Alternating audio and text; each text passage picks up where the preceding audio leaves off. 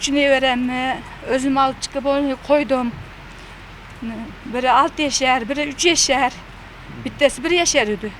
Kegingi balam 1 yaşar, 5 aylık balası var idi. O bitti komnatta özü kap kaldı. Orada 1 saatça su akıyetüdünü hocayınım kelip balanı aldığı kirgende eşiğini açıp kaytıp çıkalmaya kaldı.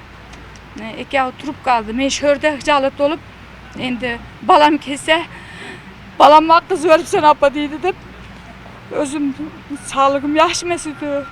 İçinde ağrıp kaldım. Kendine el yurt esen bolsun kelip adamlar alıp çıkıp gitti. Ençesinden hükümetlerimizden adamlar geldi. Xudaga şükür, bala çakamman, baş egenmen, hemmemiz yaxşımız. Endi üylerim akkanını men ahdı demeymen. Özümüz esen bolsa yine üy jay boladı, el yurt esen bolsun.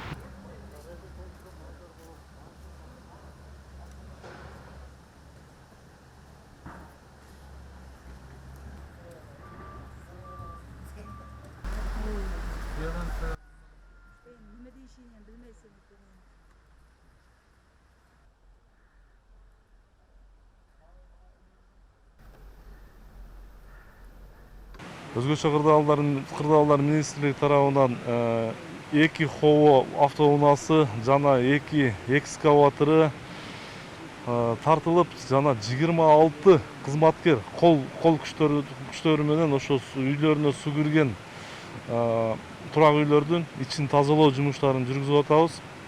Учурда дагы канча жерде эме болгон шагалдар толтуруп калган, аларды Базар Коргон райондук жарандык коргонуу комиссиясы толук ушертти азыркы учурда эсептеп чыгарууда.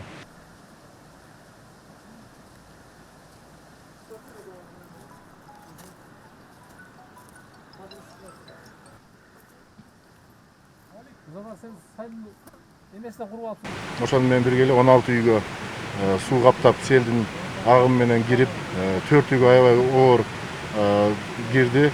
Бул кесепетти биз кечээ эле Кыргыз Республикасынын Жалал Абад областындагы өкүлү Нурбол Сабыржанович, облустук өзгөчө кырдаалдар башкармалыгынын башчысы келип, кечээ жеринде биз ошол алдыга коюлган иштерди белгиледик.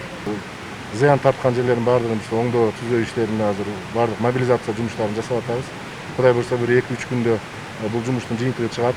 Мындан сырткары айтып коюшубуз керек, ушул Арсланбат айылындагы ички чарбалык көпүрөлөрдөн 4 көпүрө такыр бузулду, жараксыз болуп калды.